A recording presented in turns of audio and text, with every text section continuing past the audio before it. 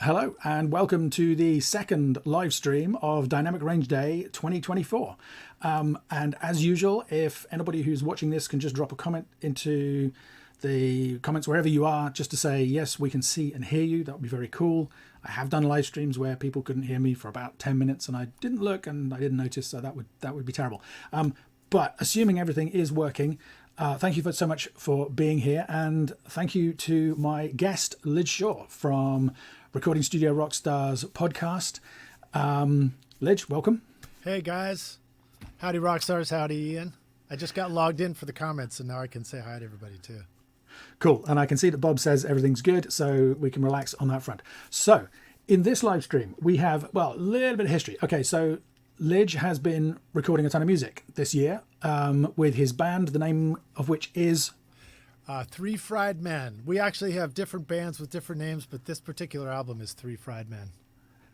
Cool. And yeah, the album was going to be coming out soon, which is why we thought this was a great live stream to do. But it turns out the release date has been pushed back. So we're going to show you, what also is really cool that's kind of not obvious from the video that you're watching. So in this video, Lij has mastered his album and asked my opinion of it. And I listened and I thought it sounded great, but maybe it would benefit from a little bit more room to breathe in terms of the dynamics, which is a perfect fit for the topic of Dynamic Range Day. Yeah. And so we set up a Zoom and StreamYard session where I am remote controlling Studio One on Lij's computer from here in the UK. So I'm effectively adjusting the mastering settings of his album from here. I'm listening to it on my monitoring. He's listening to it on his monitoring. He has this amazing Carl Tatz room that I imagine sounds fantastic. I still haven't been out there to hear it yet, but I would like to one day. So yeah, it was super cool because, well, you're going to see. We're going to talk you through the process of what I was hearing, what I thought would happen, and how Lij felt about it. And I don't know, Lij, whether we should give spoilers or whether we should just let people find out whether you liked the final. I think it's fair to say you liked it, right? Because otherwise it would be kind of weird for us to show us a live stream where you said, no, I hate it. I totally loved it. And just to reiterate what you said, so I took the record that I had produced with my band here, mixed it myself, dove in to do the DIY mastering myself, used things you would expect like isotope ozone, which was really great to get myself to a great spot. But in the end, I still hit that brick wall that we run into where we're like, I just want to push it more. I want to push it more. I want it to rock in the car. And I found myself up against, I feel the image is like my face pressed up into the sharp hedges or something like that. I was trying to get it as loud as I could. So it sounded great, but I had no more room to breathe. And then Ian said, why don't I jump in and take a look at it? And then he did some little magic tricks to take it over the finish line. And that's what I was hoping we'd get to share with everybody today. And I'm hoping we can share it too. Full disclosure for everybody, the video finished exporting 3 minutes ago. I haven't even tested the file. I imagine it's going to work, but we'll try sharing the video with it and see how it goes. And if it all falls to pieces or turns to mush in the middle, then we'll stop and we'll just carry on telling you about it. I think that's called, otherwise known as rock and roll, you know. Yeah, exactly. It's a perfect fit for everything that's going on. So, unless you think there's anything else we need to tell them beforehand, Lij, I think we should roll this thing. Video's about half an hour, but it's a pretty in-depth workshop. We really talk about what we're doing, why, and get into a load of the detail. I think anybody who is curious about how streaming services especially affect the sound of their music will find it interesting. Anybody who's interested in, well, what are the benefits or the compromises that you have to do with loudness, how loud should things be? There's a ton of stuff in there that I think you're going to find really useful and interesting, I hope. And we will be keeping an eye on the chat as it rolls so let us know your feelings as you're listening. I regret to say, I think the audio is probably going to be in mono. But I think you should still be able to hear what's going on, and it's more about what we're doing and why than necessarily you better hear it. And we can probably, in fact, we should reshare a higher quality version of it on both of our YouTube channels probably afterwards, I think. Absolutely. Anyway, And just for clarity's sake, we did not make a mono record. This is the internet that is doing that to you. Yeah, exactly. The file is in stereo here. It's just that I don't think StreamYard is going to play it back in mono, unfortunately. Anyway, I'm going to click play on this and see what happens. Let's hope that it works. Let's see what happens. This is going to be interesting. Awesome. Okay, so the first thing I'm going to do, which is the first thing I always do when I'm mastering anything, is take a listen. Now, in this case, obviously, Lij has already been working on these songs, so I'm just going to listen to where he's at. I don't really know what processing he's used, anything like that. I'm just interested to hear how it sounds. And I was just having a quick flick around the project. The song I've chosen to work on to start with is called Galata Bridge. So let's take a listen.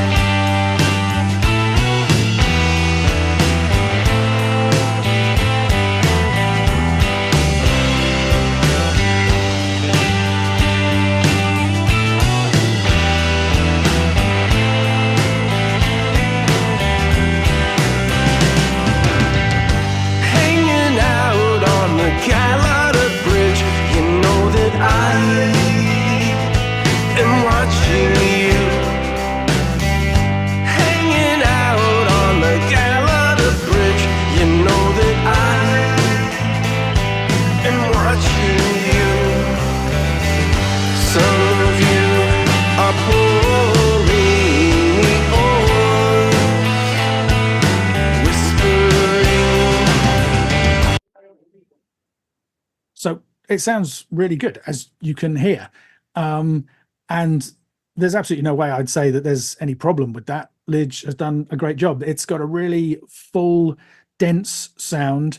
It's what I would call quite a crunchy sound to it. Lij said something about sounding like it was gravelly.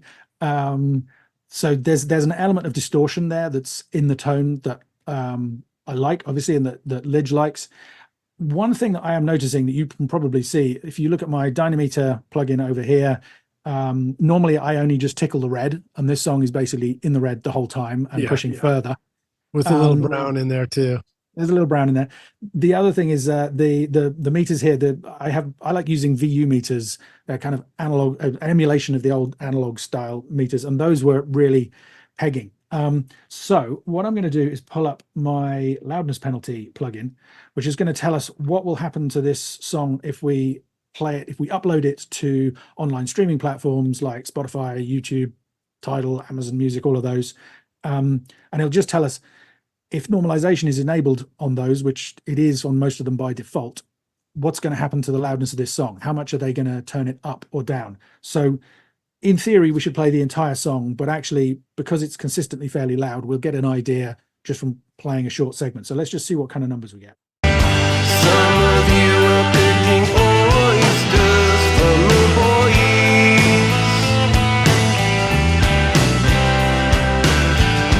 hanging out on the Galata Bridge. You know that I am watching you, hanging out on the Galata Bridge. You know that I.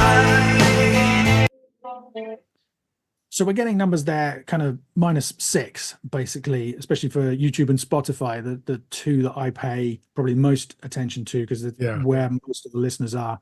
Apple and Tidal are important as well. So how common are numbers like that? Say again. How common or rare is it to have a number like that? Oh, very common. You will see those kind of numbers on a lot of mainstream releases. And I'm something of a maverick in suggesting that you don't need them. What those numbers mean for anybody who hasn't kind of come across this is that because YouTube, Spotify, Tidal all have a distribution loudness of -14 LUFS, loudness units full scale, they will turn anything that's louder than that down. So just to avoid blasting people with sudden changes in loudness if they listen to something that's quieter and then louder. So they turn the loudest stuff down. Yeah. And in this case, they're going to be turning it down by 6 dB. And that's not extreme. I think it's a bit much. And my curiosity with this is to see what will happen if we just ease back on that loudness a little bit, hit the processing you've got a little bit less aggressively. We'll get a smaller loudness penalty number, and then we can compare the sound and see how they feel. So that we've got something to compare with later, I'm actually just going to copy and paste that song, and I'll work on the copy of the song so that we can compare them in a bit. Let's just wait for that to happen. Right, so that we can go back and listen to where it started as we exactly. Yeah, so I'm going to work on this green one. And in fact, Lij, can you just put in for me at the beginning of that insert chain on that song, just a simple gain control, rather than getting and messing with your individual plugin settings? There's a couple of ways to do that. One is we could put in a gain plugin. The other is if you grab this handle here, you can do a gain here, which I assume is pre-plugin because it's on the file itself. I'll tell you what, let's try dragging the handle and see what we get. Okay. You want me to do it? No, that's okay. Let's try taking it back by, so loudness penalty numbers. I'm happy. I'm quite comfortable with a penalty reduction in level of 3 or 4 dB on the loudest stuff. I don't know. Would you say this is one of the loudest on the album, Lij, or are there other songs that that you want to be even bigger? No, there are other ones that are louder, sort of in terms of, just loud rock guitars, but I don't know if they're louder so much as they're just, the more guitars energy, are just blaring the whole time. Okay, cool. So let's just see what happens if we take this back by like 4 dB. And I'll play a little bit, and actually let's compare.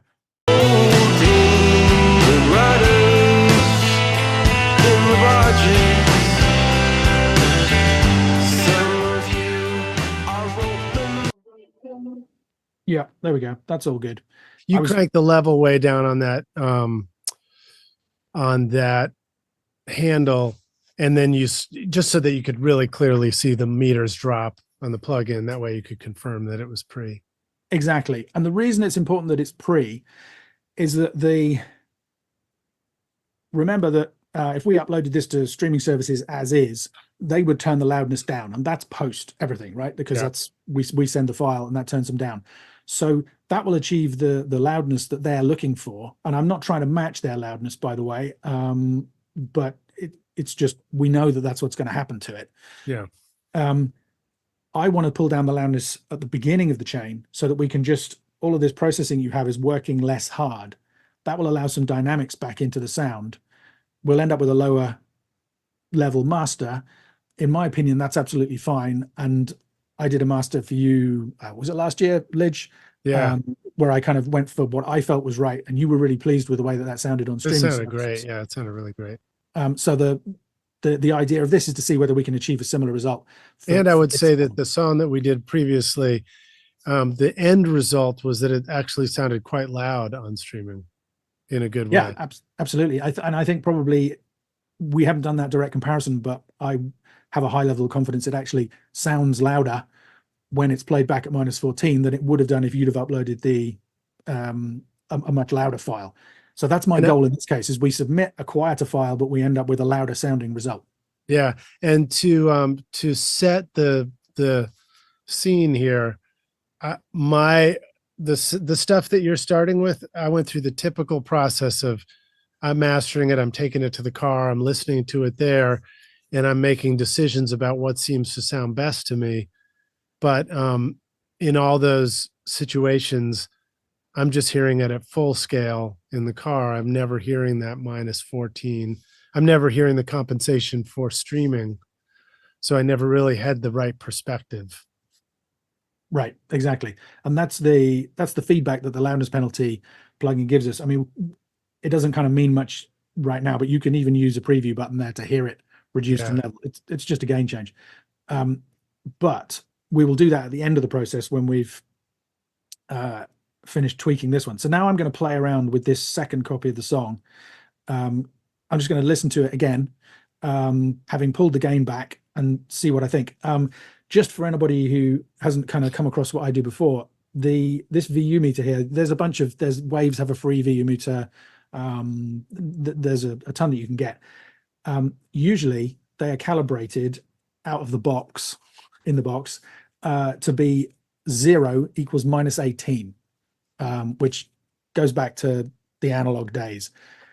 That's a great level to have if you want to use them when you're keeping an eye on levels when you're tracking, and even when you're mixing. But when we're mastering, that's not good. The needles will just be pegged if we have it set to -18. So I've set this here to -11 on the VUMT there. And my goal when I'm mastering is usually have the needles kind of kicking around 0 here, maybe up to +1, +2, but not pushing right over. So that actually gives us a little bit of a general target that says that if our RMS level, our VU is generally around -11, that can be a pretty good target. For the loud stuff, yeah. I mean, for the really loud stuff, even kind of -10, -9, I think I really push off of the word target these days, because so many people aim for these numbers and that's never going to work. But it's a great kind of ballpark just to have in mind, to know that if you're way below that or if you're way above that, then maybe for me, being around about -11 is kind of the kind of sweet spot area, which is what I'm always looking for. So and maybe if we do a couple of these songs, you'll see that, I'll end up with, like, one of the quieter songs will be much lower, and that's absolutely fine, obviously, because it's meant to be quieter. But yeah, let's play this and see how it sounds. Hanging out on the Gallagher Bridge, you know that I am watching you. Some of you are birds flying like poets.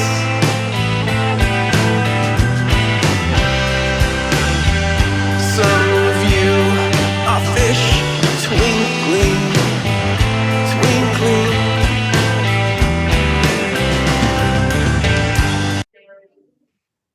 So you can see I've tweaked that back up. Reducing it by 4 was much too quiet.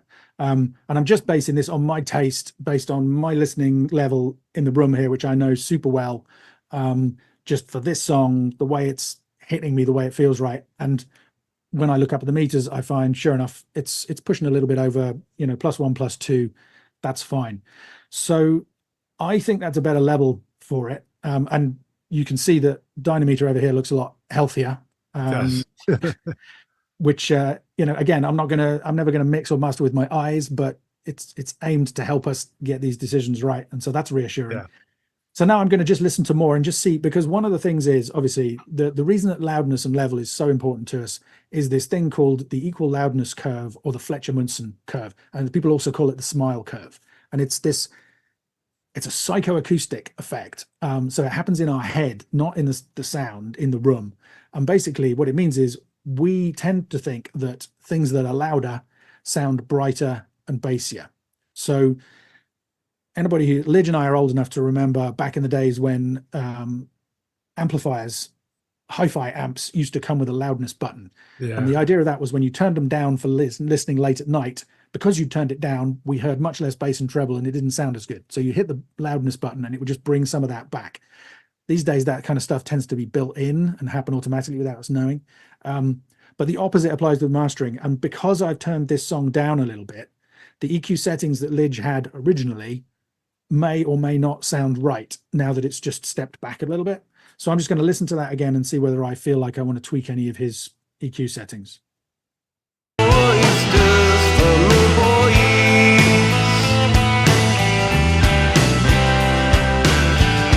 Hanging out on the Gallagher Bridge, you know that I am watching you. Hanging out on the Gallagher Bridge, you know that I am watching you. Some of you are holding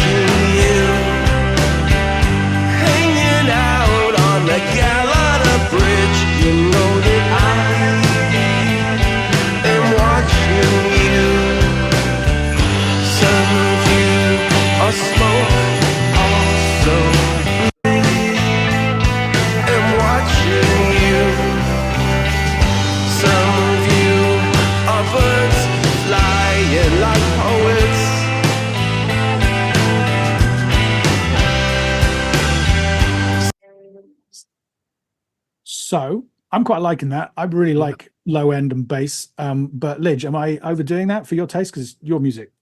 Yeah, no, I think it's cool. I like how when you boost the bass, you start to hear the kick, a little more room on the kick. And then also by having the headroom there, it allows that to work. Because I think if you try the same move at the end of the chain without giving it the headroom, maybe it doesn't have the same impact and the same feel.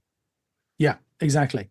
So, I mean, we're just getting into this. Lidge and I are going to be working on I'm going to be working through the entire album over the next hour or two with him. So that's not necessarily exactly what I would suggest for this song. It kind of feels right to me now. Then the next stage is listening to all the other songs, and it starts becoming part of the album as a whole. How do the songs flow into each other? How do they balance against each other? That's where the real the soul of mastering is, I think. But that gives you guys a kind of idea of the sort of approach that I'm going to take. And maybe the last thing we could try is if we put I do have a question for you. Yeah, go ahead. How do we arrive at an understanding when we're doing this? How do we arrive at an understanding of the compensated streaming level, the -14? So how would we use loudness penalty to sort of compare our before and after and understand how we've created an improvement? Great question, and I was just about to get onto that. So I'll even add more context. If we were to just press play on, and for those watching, you'll see there's two Galata bridges, the blue one and the green one. The blue one is going to be my before, and the green one is the after, where we're at now. And if we were to just press play on both of them, the blue one would sound a lot louder, and it might be inclined to fool us into liking it. In fact, let's do that, right? Let's just play a little bit of that, right? So here is let's start with the louder one. Here's a section. Hanging out on the Galata Bridge, you know that I am watching you. Hanging out on the Galata. And then if we play the same section of the slightly quieter master with the slightly tweaked EQ. Hanging out on the Galata Bridge, you know that I am watching you. Hanging out on the Galata Bridge, you know that I am watching you. So it depends on your taste, but I think quite a lot of people would say, well, let's go with the louder one, right? Right, because we instinctively want to do that. And that's the root of the loudness war, right? That's what happened with CDs. If you put both of these versions into a CD jukebox back in the day where you get shuffled up with loads of other stuff, everybody wanted their stuff to be louder than anybody else's. But that's not what happens on streaming most of the time. If you play it on YouTube, those will both be turned down to a similar loudness, and we'll demonstrate that in a second using the loudness penalty plugin. If you play it on Spotify, it might get played back at the original raw loudness if the person using it has gone into the preferences and disabled loudness normalization, which is this thing that says play all the songs at equal loudness. But that's enabled by default in Spotify. And I've been told that only 17% of users ever disable that feature, which means that 83% of people using Spotify will also hear the levels matched in that way. It's matched by default on Amazon Music. It's matched by default on Pandora. There's a bunch of different places. So most places you won't hear that loudness difference that we just heard. Instead, you'll hear them all played at -14. And we can preview that using the loudness penalty plugin. So what I'm going to do is I'm going to put it in on both songs. Previously, Lidge had this on the master output fader. And does that go? Yeah, that goes in at the end. Yeah, it puts it right at the bottom of the inserts. So we'll do the same. For everybody watching, there's a few places to put plugins when you're mastering in Studio One. Right there, those are the inserts that accompany the individual song itself. And then the middle area there is a master fader insert. So those would be on the master fader, and they would hit any of the songs on the album.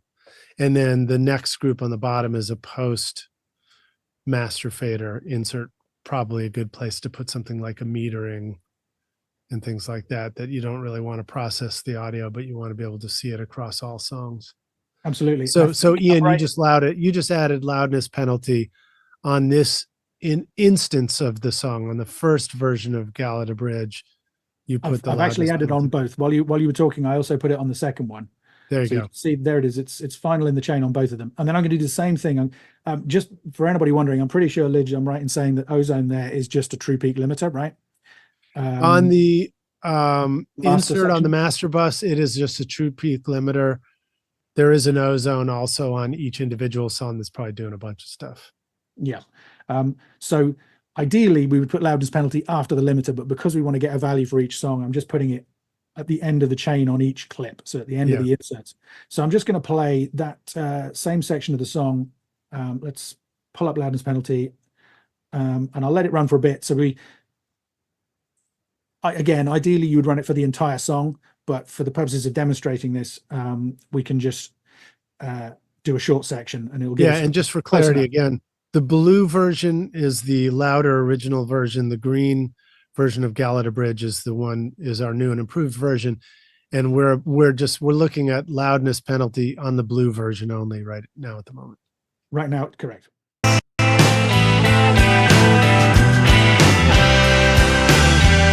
Some of you are fish twinkling, twinkling, hanging out on the Galata Bridge. You know that I am watching you. I'm getting a few little glitches here. I think that's to do with the live streaming of the audio rather than problem with the playback. Shoot, I'm not here. It sounds clean on this end, but yeah, I'm streaming it over to you so that you hear it in your studio. So if you're hearing a glitch, that's the streaming bit. Exactly. Now it's a shame we can't have both loudness penalties up at the same time. Maybe we can. If I pin them, will that work? Yeah, you can pin it and you can Let's put them both that. up on the screen. That can be the green one there, and then this can be the. Yeah, just pin it. There we go. So that's the one we just measured. So now we'll measure the same section of the song from the green clip, which is the quieter master. Hanging out on the Galata Bridge, you know that I am watching you. Hanging out on the Galata Bridge, you know that I am watching. Some of you are birds flying like poets.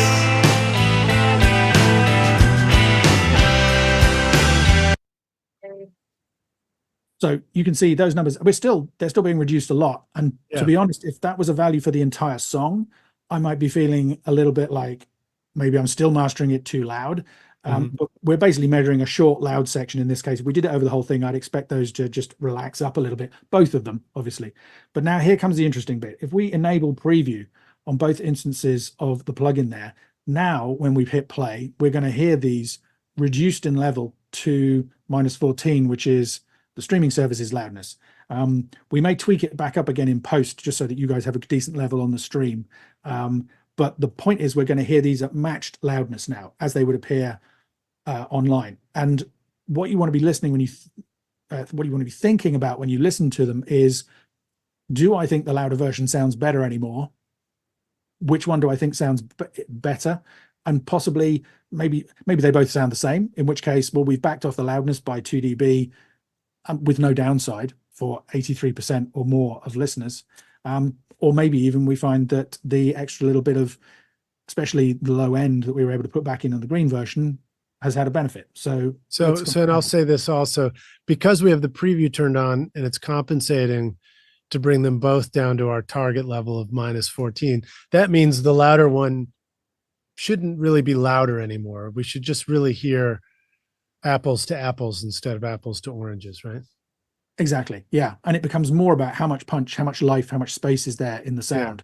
and good in EQ choices. terms of the comparison. Yeah, the overall loudness should be very similar. So let's take a listen.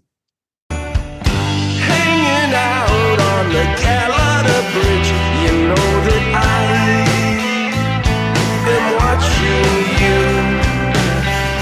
Hanging out on the Galata Bridge, you know that I am watching you. On the Galata Bridge, you know that I am watching you. Hanging out on the Galata Bridge, you know that I am watching you.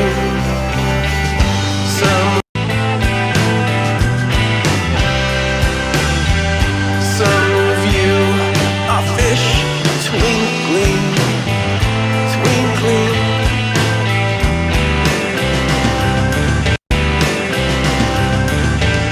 Hanging out on the Galata Bridge, you know that I am watching you. Yeah, night and day difference, dude.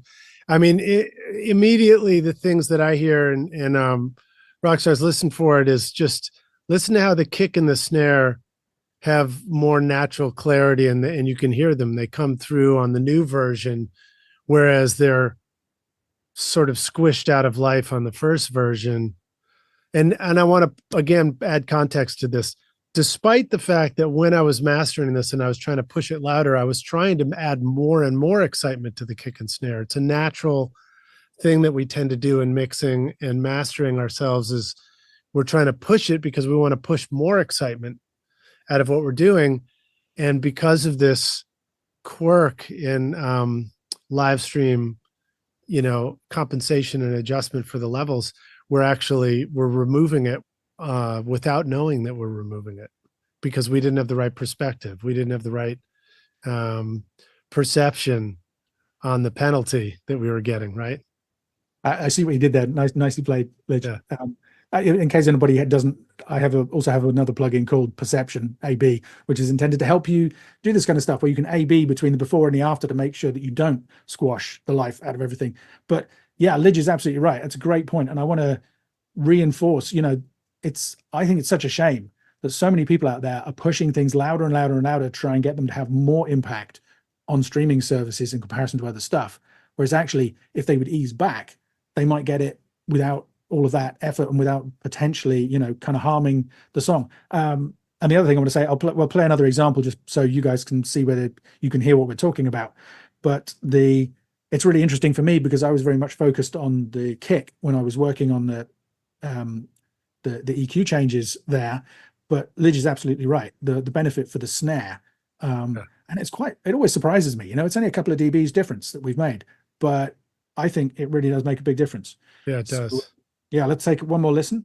Hanging out on the Galata Bridge, you know that I am watching you. Some of you are smoking on a bridge, you know that I am watching you. Some of you are smoking out on the Galata Bridge, you know that I am watching you. And it's like everything has more clarity. Even the vocal has more clarity. There's less of that gravelly distortion as a blanket across the whole thing that, I never liked. It's so fun. It's fun to put distortion on guitars and it's fun to push our mix, but eventually we push up against this barrier.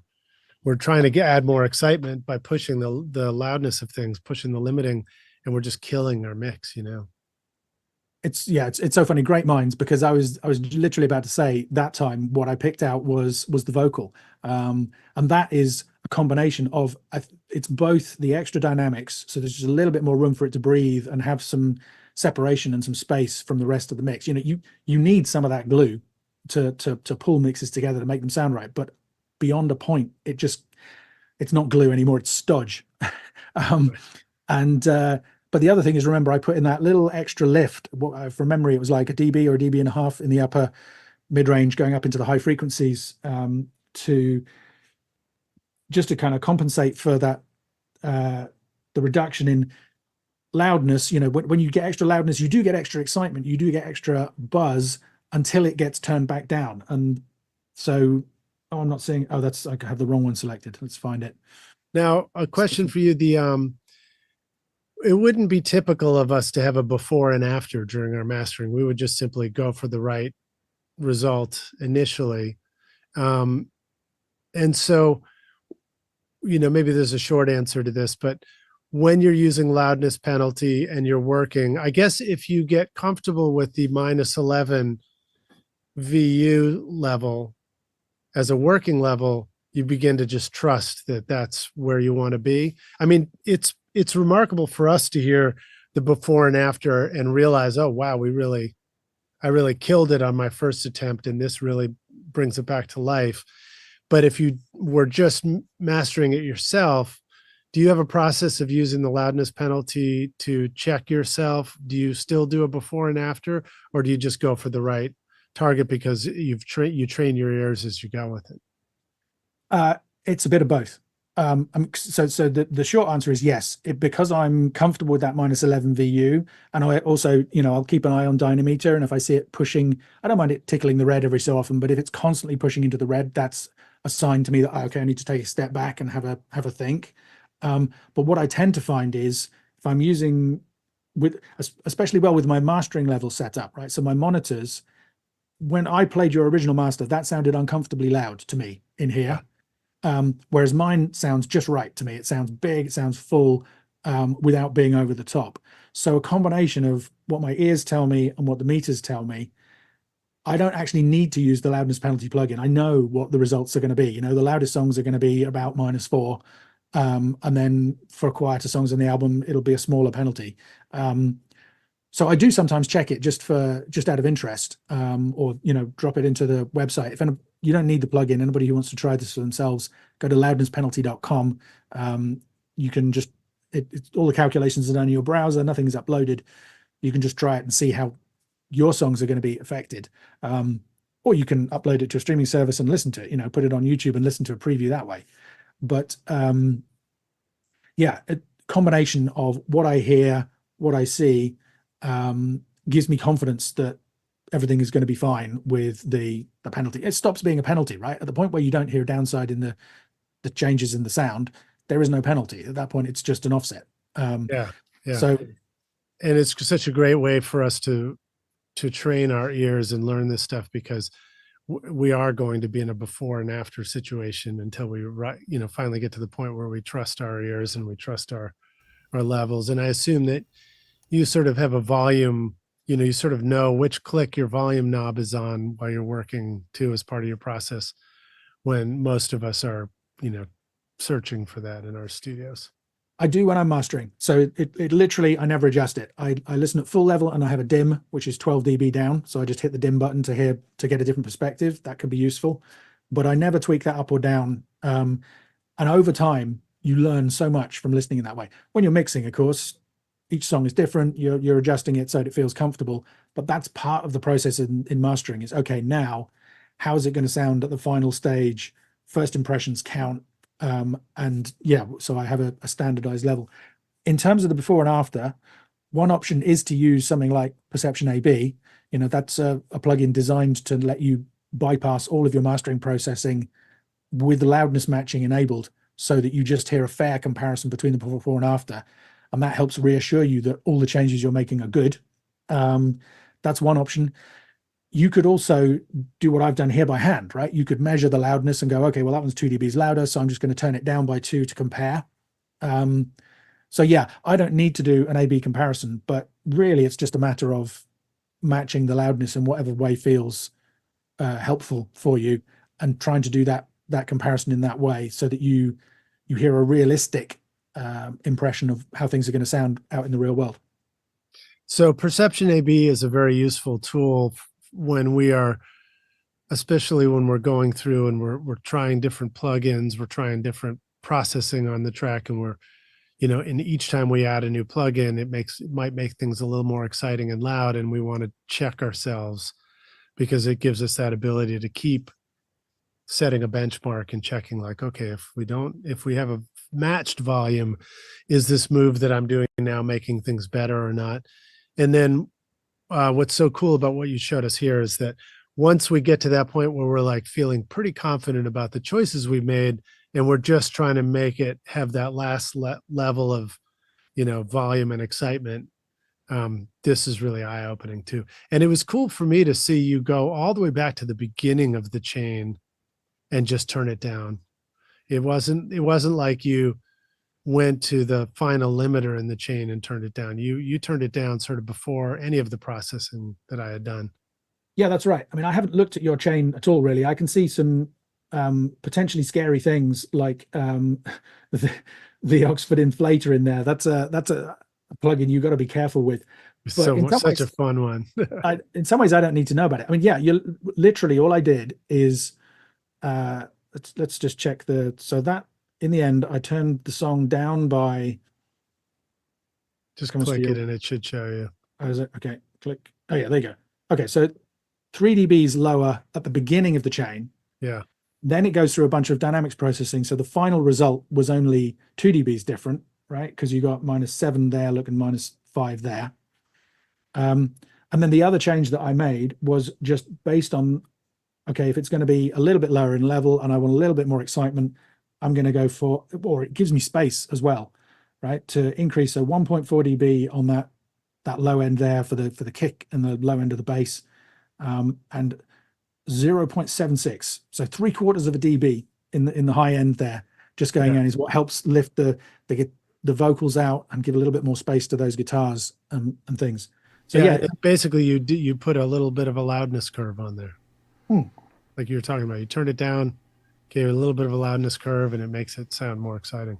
Yeah, that's the general idea. So yeah, there you go. Hopefully people will find that helpful or interesting. I love it. Cool. Was that the end? I love it. That was well, they said they'll love it. So the question is whether they do love it or not. Yeah, you guys out there watching, let us know. Did you love it? And do you have any questions about that? Was hopefully what we were doing, what we were talking about was clear. It's a shame the audio wasn't in stereo, because it's even more apparent when you can hear that space. The dynamics kind of do even more to my ears. But yeah, as I say, we will upload the full quality version of that, so that you guys can check that out in the replay if you would like to. I don't see any questions coming in yet. Brian says always good fun. Thank you, Brian. Liz, did you have any kind of follow? How did you feel watching that again? And how are you feeling about, because obviously we went on, then we worked through the rest of the album. Did the band like it? I mean, how did it work out? Yeah, everybody loved it. I mean, I know that for me, the first thing I did was take it up to the car where I always take my mixes, and despite putting so much effort into a studio setting, I'm always going to just crank it up in the car to see what I think. And the new version that you did just was so much more crankable. I found it so much more fun to turn it up. I'm going to write that down. I'm going to quote you on that. So much more crankable. Yeah, so much more crankable. It was like, I like making rock records. So I instinctively like turning up a guitar amp to that point where it just feels right with the guitar in your hands. It's the same thing with a car stereo for me. I turn up the speakers until the music just sort of makes me sound like my stereo sounds good. There's like, I can't help it. The audiophile in me wants to feel like my stereo is a good stereo. And once you had done when I did my, I'll call it the max limited version initially, I wouldn't turn the volume up because it sounded harsh when I turned it up. And when you went in and we readjusted it and gave it that headroom, that breathing space, which loudness penalty allowed us to hear during the making of, then it made it so that I could turn up the speakers, and now all of a sudden, the bass is hitting, the kick and snare are coming through, and the stereo actually sounds good in the car. So to me, that was the big takeaway. And then, the rest of the band, they're just like, sounds amazing. And they're like, I'm listening to it again for the 5th time today. this time, then the texts are all about what the beer is that they're drinking while they're listening to it. So that's a good sign. That's a great sign. At the point where I always think, sometimes people ask me, how do you know when the mastering is done? And one possible answer to that is at the point where you stop thinking about the sound and you start thinking about the music again. You know, you're just getting into the song, or, you know, feeling it. We've got a question here from Brian. What other plugins do you find quite scary? I guess he's asking me. Okay, the one that springs to mind is Slate FGX. The original version, I haven't really played with the 2, not because I have any particular problem with it, but because of the way that people tend to use it. I mean, actually, I'll speak more generally. Right now, there's a real trend for clipping plugins and just using clipping in particular. And I mean, hands up, I use clipping. Clipping can be a great tool used in moderation. But in moderation, you know, if you're just shaving the transients, clipping can be really, really helpful and useful. If you go too far, it's one of the most aggressive audio processes you can do to your music. So, you know, I think, I definitely find the kind of, I don't, maybe not scary, but just kind of like, you know, concerning. My concern is that, you know, exactly what happened to you, right? People are like, oh, I'm going to put this on, I'm going to try it. Oh yeah, that sounds fantastic because it's louder. And actually end up doing something that later on, further down the line, when they start kind of feeling fatigued by it or whatever, kind of think, oh, maybe I hadn't kind of gone quite that far. So that's something I find the new, the kind of the AI stuff that's coming, not the auto mastering stuff, but scary in the sense of incredibly powerful. You know, things like the music rebalance tools and Leapwing make is it Leapwing? Somebody makes the stage 1 and center 1. I mean, they're, for manipulating the stereo image, they're super powerful. Yeah. I always call them Spider-Man plugins, you know, because with great power comes great responsibility. You know, the more, I mean, having said that, one of the easiest ways to completely mess up a master is to just mess up the EQ, you know? Yeah. I mean, we heard there that actually you can get quite a dramatic impact from some pretty small moves. Yeah. And, you know, sometimes people going in with low cuts or high cuts or massive boosts or aggressive kind of notches and stuff. I think you need to be careful with that kind of stuff. So, well, I feel like the scary plugins and the AI stuff, the stuff you're talking about, these are things that make it easy to make huge changes. And when you're making huge changes, you know, you're making huge changes. And the first lesson about mastering is that I've learned from people like yourself is you know, be subtle, be careful, try not, you know, trust that the intent of the mix was intentional and that like there's a reason why it went there, and you're just trying to like lift it up to that next little level. Totally. I mean, just to sort of give a little bit more detail about why I say I find the Oxford Inflator scary, there's kind of 2 reasons. One is if you use it in moderation, just like if you use the FGX or any kind of clipper or whatever, actually it does a good job at what it's intended to do. It makes stuff sound a bit louder while keeping a lot of the original character.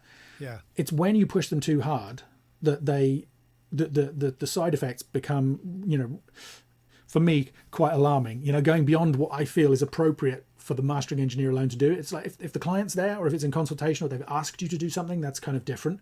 But just, you know, for me, a lot of mastering is about having respect for the original mix and trying to preserve that and get it to translate as well as you possibly can. So when you kind of go too far with that stuff, the second thing I find scary about some of these plugins is the language. You know, I mean, it says, I'm pretty sure there on the website, you know, makes your music louder with no damaging side effects. Right.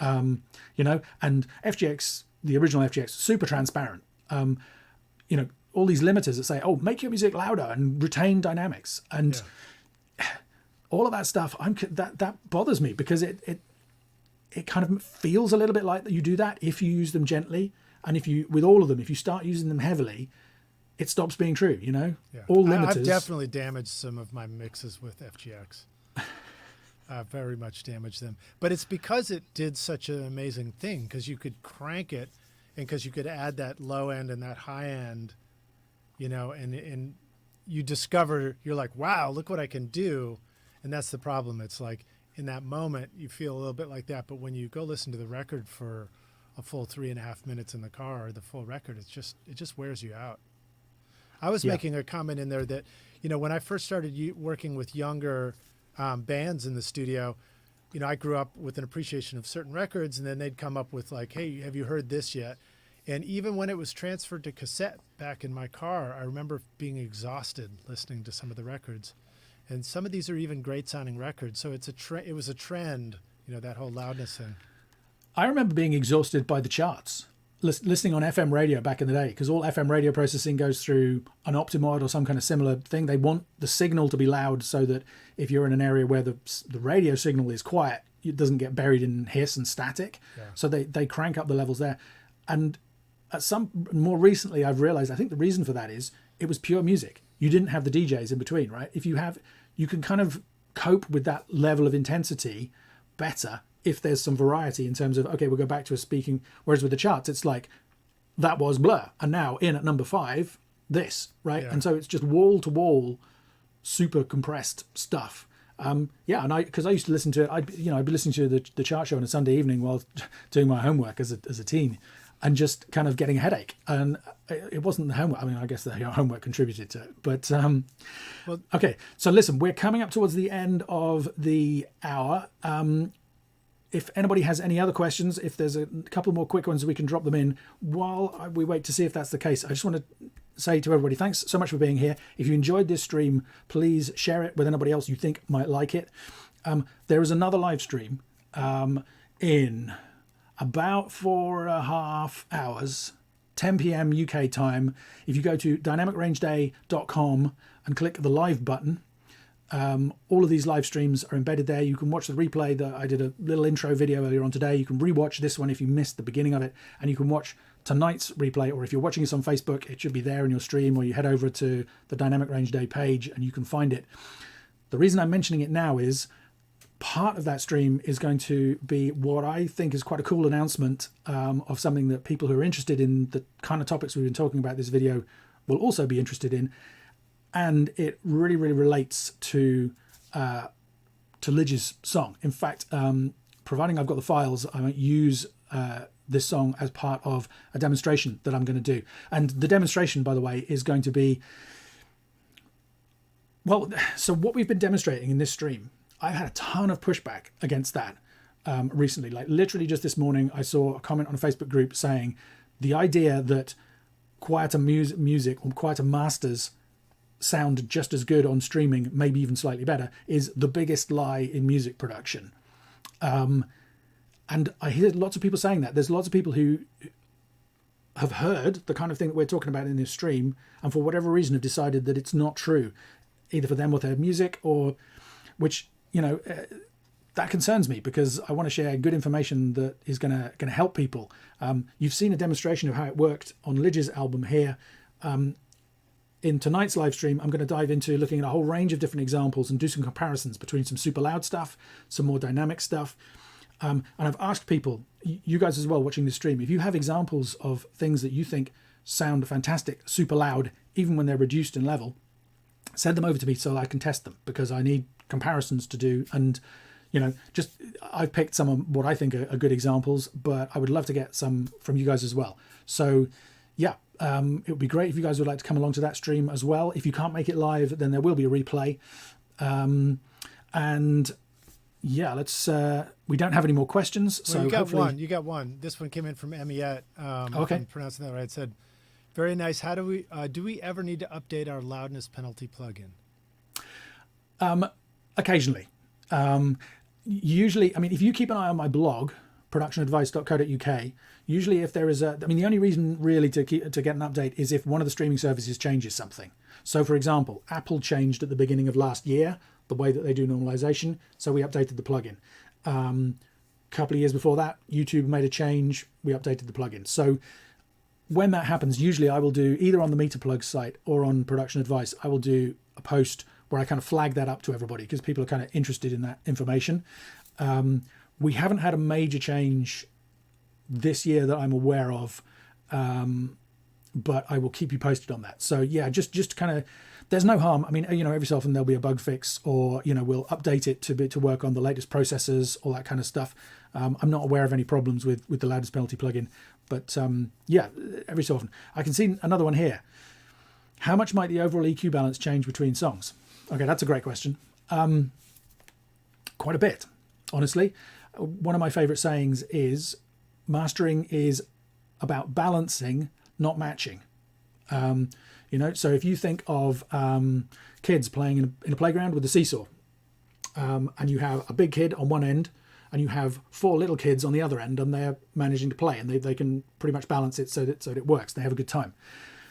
The one big kid is not the same as the 4 little kids, but they balance. Same thing for me is true in mastering. Every song is different. Every album is different. I don't want them to match. I don't want to make them the same, but I do want them to balance. So I always think of it like a center of gravity or a through line through an album or a collection of songs. I want things to flow from one to the other, and for each song to kind of come across at its best and to work well. And the same thing applies even if you imagine it going out into a playlist, which also relates to the announcement of the thing we're going to be demonstrating tonight, if anybody wants to just to put in another little teaser for you. But yeah, so 2 songs don't have to have the same EQ at all, but they want to be in the same ballpark. They need to feel part of the same album. You don't want, well, maybe you do. Maybe you have a creative choice where you want something that's super toppy and then something that's super bassy. But if you're not kind of deliberately going, oh, I want a real contrast between these 2 things, then instead you want variety, but you want them to work against each other. So you might have a song that's more aggressive, and it might have more upper mids and, I guess, more tightly controlled bass, and then you might have something that's softer and gentler and has a more mellow sound. So they'll have quite different EQ shapes. It's why I'm a bit skeptical about EQ matching plugins. There are quite a few EQs you can say it'll analyze one thing and it'll attempt to fit that EQ curve onto another song.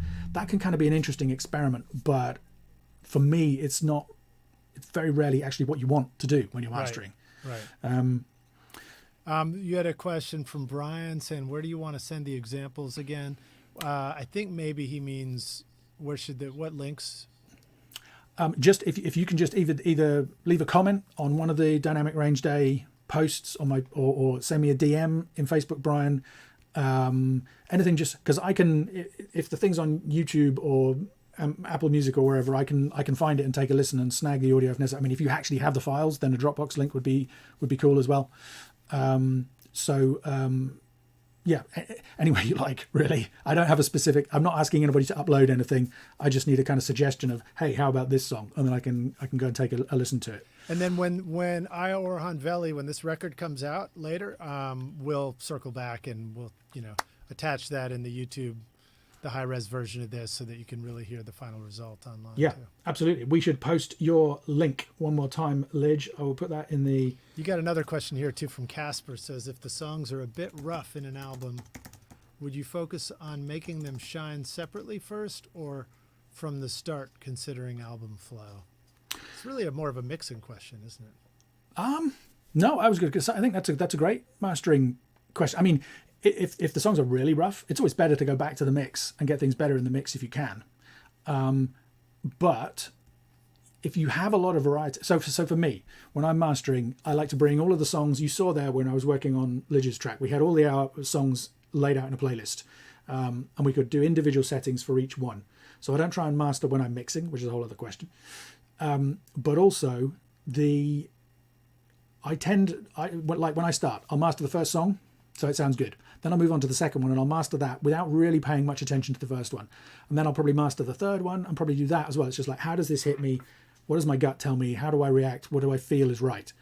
By the time I get to the third or the fourth song, then you start to think, well, is that the perfect amount of bass for that? And that's a super interesting question, because it kind of depends on everything else, right? So that's when I start flicking back to the other songs and going, well, okay, so this one's so for me, the mastering process is when you're working on one song, as you saw when I was working on Lij's track there, I kind of made some initial EQ moves, then I tweaked the loudness, I made a few more EQ moves, tweaked the loudness again, and it kind of evolved and it gradually honed in on this perfect thing. I do that for each song individually, and then I start to listen to them as a group, as a whole. and the songs also start to kind of converge to the point where, and that's when song order becomes important, right? As you get towards the end of the process, well, how does this song sound going from this one into the next one? You know, does it hit right? Does it sit well? All that kind of stuff. So yeah, the answer is kind of both.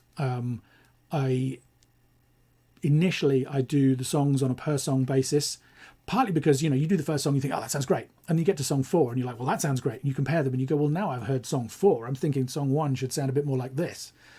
So it kind of inspires you to get even better. Yeah, hopefully that answers the question. You got another question, this one from Liam. Well, it is Dynamic Range Day, isn't it? What is your opinion on Liam Gallagher's latest record with John Squire, DR4 and a loudness of -4, -5 LUFS? I love it. Liam wants to know about Liam. Yeah. Honestly, it's kind of impressive that it's that loud, you know, and it sounds okay. This is the thing. People get annoyed when I say the great thing about a comparison like this with Lij is that we can hear his master, we can hear my master, and we can do a fair comparison between the two, and you guys can make up your mind. Maybe you preferred Lij's original, the more heavily limited version. If so, well, that's cool. You've made a loudest match decision. That's a real decision. That's your choice. The problem when you just get stuff that's presented to you is, well, that's how it sounds. And I might go, well, because my response is, I bet it would have sounded even better if they just eased back a bit on that. You know, you could keep all the distortion, all the intensity, all the aggression, and all the rest of it, like we did with Lij's song here, and just have a little bit more room to make the low end kick, or, you know, all the rest of it. One thing I noticed, I've only listened to one of those songs, and for me, there comes a point where the drums kick in, and they don't kick in. They just, it's like the song's going along, and oh, there are some drums, you know, as opposed to what I want, which is like, here they come, here they go, bang, there are the drums. Right. And so it was just all on a level. In fact, I analysed the loudness of it, and it was literally, there was no variety in, because there can't be, right? Because it's pushed so far up to the top. Yeah. It doesn't step back. It doesn't step up. It just stays there. So trying to make bricks. Yeah, it's, you know, it just, to me, it feels like my instinct is that there's a missed opportunity. And every time I do this experiment, you know, when that was what's so interesting about, to go back to the beginning of this whole thing, to Death Magnetic, you know, the kind of where I first got into talking about loudness online, and lots of people got interested in the topic. The unusual thing about that was that we had two versions to compare, as opposed to just, this is the version. So it might be, I mean, for example, I know, like, I put up a blog post about the new Beatles single earlier in the year. That wasn't as loud as Liam and John Squire's record. It was -6 LUFS. And I put up a blog post kind of, you know, going, did it really have to be this loud? I happen to know that the original mix was actually louder than the final master. So it was supplied louder than it was released. Wow. by the mixer. And, you know, that's... So in that case, it's not even a mastering issue, right? It's just, that's the creative choice that was made by the team then. They obviously loved it. I just wish it had a bit more room to breathe. And that, yeah. You could probably ask me about almost any song, and I just wish I had a little bit more room to breathe. It's not, okay, so just to be clear, one thing we didn't say here is you don't want to go too quiet. You know, if it's meant to be a loud song, you do want to be loud. I'm a mastering engineer. I spend my whole time making stuff loud and gluing it and bringing it together. It's just, for me, it's all about finding the perfect balance, finding the sweet spot. And beyond that, I just don't get any extra benefit. There's definitely a benefit in bringing, you know, your mixes up to a good, healthy level, as we had there with Lij's in the end. But yeah, once you get there, it's like, okay, we're good. Let's just kind of pause there. Do you remember what some of the LUFs would have been for the, you know, for older Beatles records? They varied, and it's kind of tricky because they've been remastered. But I think, you know, I mean, I do think the later ones started to get loud. They were kind of coming up to the kind of -10 kind of level, right? So in fact, somebody commented, "Stop moaning. Sgt. Pepper was super, super loud." The Beatles loved compression, and the Beatles did love compression. They pioneered the use of the Fairchild in creative ways that I love. You know, I mean, none of this is speaking out against compression or the use of compression or limiting or clipping or any of this stuff in music production, right? These are all absolutely crucial creative tools to get the results that we want. It's just a question of how you use them and how far you go. And so when I heard that comment, I went back and I listened. I have the original CD release of Sgt. Pepper, which I think was basically a flat transfer from the analog reels. And it does get loud. It gets up to kind of -10, but not -6, you know?